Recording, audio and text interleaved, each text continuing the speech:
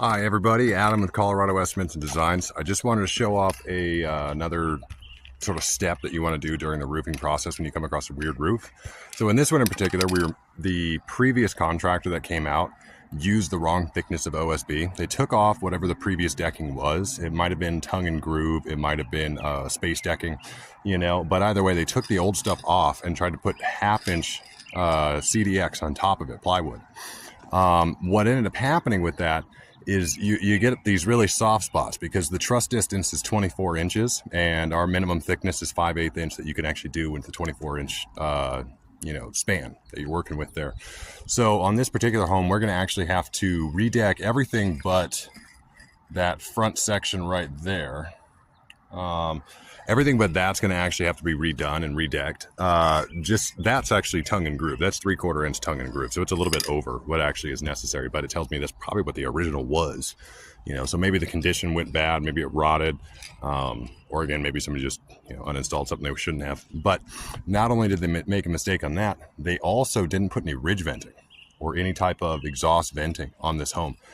How it passed regional building inspection is actually pretty beyond me on that one, because you can see that there's no ventilation. You can't see the CDX underneath it. I can understand that. Hey, there's a little soft spot here. Okay, little cracks happen.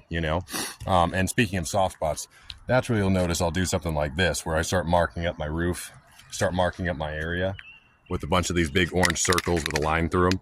It just tells you, hey, don't step on here if you don't have to, and don't load any materials here because it's a very soft spot.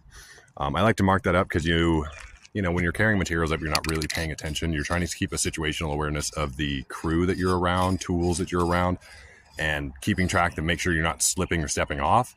So a surprise, whoa, fall down through the roof, never appreciated, But you'll see this is how we do it to sort of get it sealed up. Unfortunately, we have to go a little bit overboard because what was supposed to be another 2 days of sunny weather and then 1 day of cloudy weather has now become 3 days of storms, thunderstorms. So we'll see how that sort of turns out at the end. But like we said, it's a shame, but we had to do all the OSB underneath, or I had to do all of our sheathing, and we're going to have to do all that again.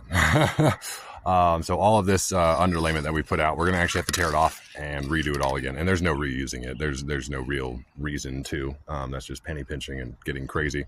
So our guys will have to come out here, retake care of that. And you'll even notice that we did,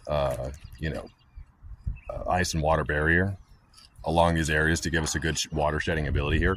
But yeah, this is what happens when you don't have a good project manager, who just knows the codes. I mean, I'm fortunate that I'm from Colorado Springs and from Colorado and done building in Colorado this entire time. And I started roofing in the Denver area. So here you've got to check each municipality. You can't assume it's going to be the same from one municipality to the next. El Paso County in particular was one of the later ones to adopt a lot of the newer rules.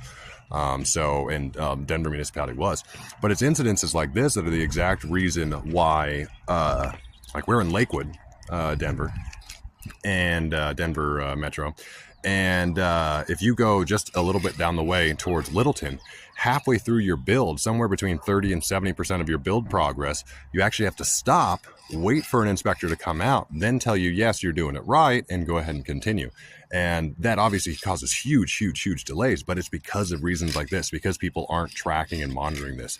Personally, I wish there was some sort of, tracking portal where we could just upload our photos during the build progress, because I just pay my guys to do it. I wouldn't have to show up and be here for hours a day. I would just pay them, hey, $20, send me a photo, but they'll be able to show the components that they're installing so we can prove it during the process without actually having to wait. Unfortunately, the way things are looking, places like Lakewood, Denver municipality, they're probably going to switch to having that midway through inspection if people don't pick it up into gear and do the job right the first time.